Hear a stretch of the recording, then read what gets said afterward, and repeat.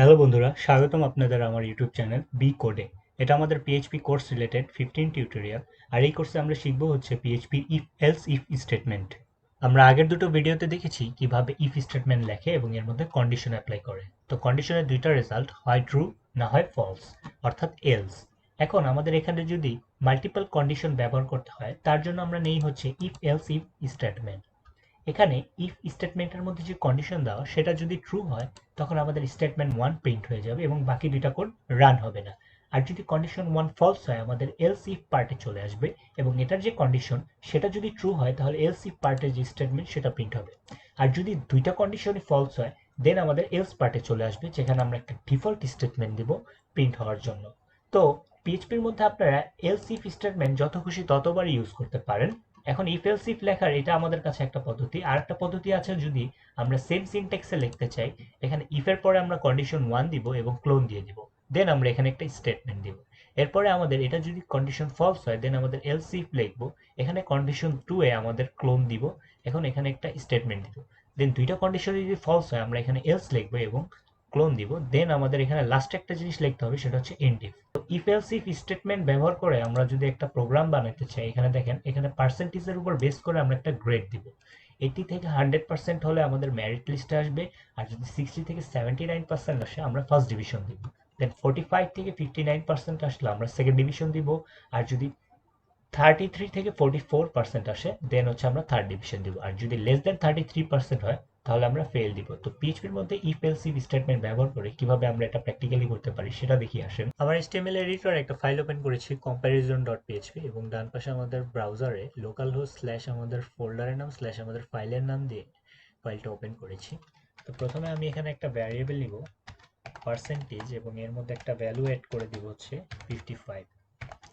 দেন আমরা এখানে ইফ স্টেটমেন্টে চলে আসবো এবং এখানে লিখবো হচ্ছে $percentage greater than or equal 80, অর্থাৎ 80 থেকে বড় বা সমান হলে, এবং এখানে একটা আমরা এন্ড লজিক্যাল অপারেটর নিব, এবং এর মধ্যে দিব হচ্ছে $পার্সেন্টেজ যদি লেস দেন ইকুয়াল 100 হয়, দেন আমাদের এখানে প্রিন্ট করবে হচ্ছে you are in merit. Same code আমরা কপি করে নিই এবং এখানে আমরা লিখবো হচ্ছে এলস ইফ, এবং এর মধ্যে আমরা দিব হচ্ছে যদি 70-এর থেকে বড় বা সমান হয় এবং 80 থেকে ছোট হয়, দেন আমাদের এখানে প্রিন্ট করবে হচ্ছে echo you are in first division. Then আমাদের এখানে আরেকটা এলস ইফ পার্ট নিব, এটার মধ্যে আমাদের কন্ডিশন দিব হচ্ছে যদি 60 থেকে বড় বা 60 সমান হয় এবং 70 বা 70 নিচে হয়, আমাদের এখানে দিব হচ্ছে echo you are in second division. Then আমরা আরেকটা এলস ইফ পার্ট নিব এবং এর মধ্যে আমাদের সেম কোডই লিখবো, এবং এটা দিব হচ্ছে আমাদের 50 থেকে যদি 60 হয়, এবং এখানে আমাদের এখানে লিখবো হচ্ছে you are in third division. আমরা 40 দিয়ে দিই। দেন আমাদের হচ্ছে আরেকটা লিখবো হচ্ছে এলস ইফ, এবং এর মধ্যে আমরা কন্ডিশন দিব হচ্ছে যদি 40 থেকে নিচে হয় এবং কন্ডিশন যদি 33 হয়, তাহলে আমাদের এখানে ইকো আসবে হচ্ছে you are in third division. Then আমাদের এখানে লাস্ট পার্ট চলে আসবে এলস, এবং এর মধ্যে আমাদের ইকো দিব হচ্ছে ইউ আর ফেইল্ড, অর্থাৎ যদি 33 নিচে আসে তখন আমাদের একটা কন্ডিশন আসবে এখানে ইউ আর ফেইল্ড।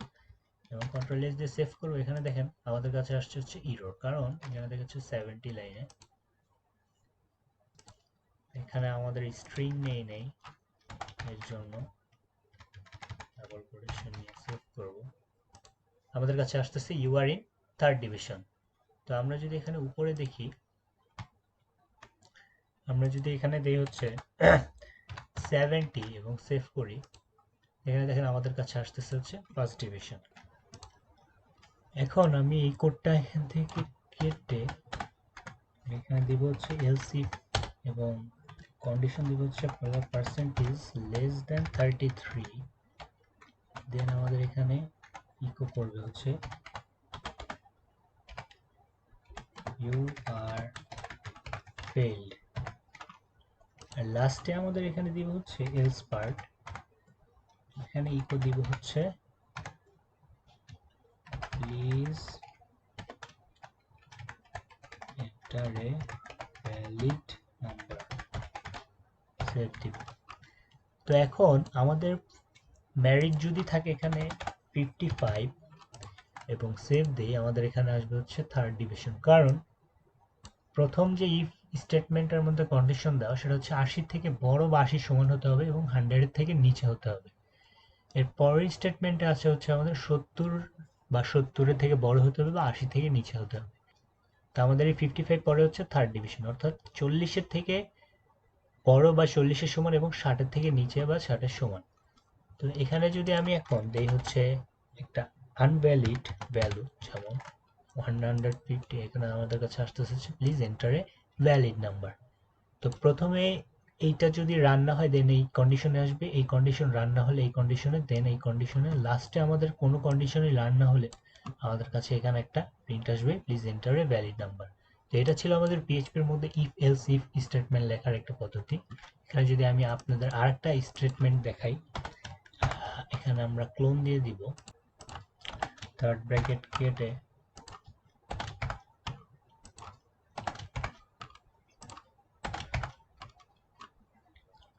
আমাদের এটা কেটে দিব,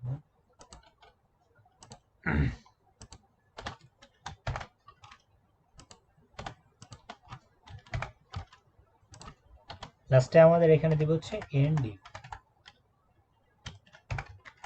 সেভ দিব। আমাদের কাছে দেখেন তাও কোডটি সঠিকভাবে রান হচ্ছে। আমি যদি একটা ভ্যালিড নাম্বার দেই 65 এবং সেভ দেই, you are in second division, আমাদের এই যে সেকেন্ড ডিভিশনের কন্ডিশন এটা ট্রু হয়েছে, এর জন্য এটা আসছে। তো এভাবেই আমরা পিএইচপির মধ্যে ইফ এলস ইফ স্টেটমেন্টের ব্যবহার করি। তো নেক্সট ভিডিওতে আমরা দেখব হচ্ছে switch statement. Thanks for watching. আমাদের ভিডিও যদি ভালো লেগে থাকে তাহলে লাইক করতে ভুলবেন না, আর আমাদের চ্যানেলের সাথে থাকতে আমাদের সাবস্ক্রাইব করুন। ধন্যবাদ।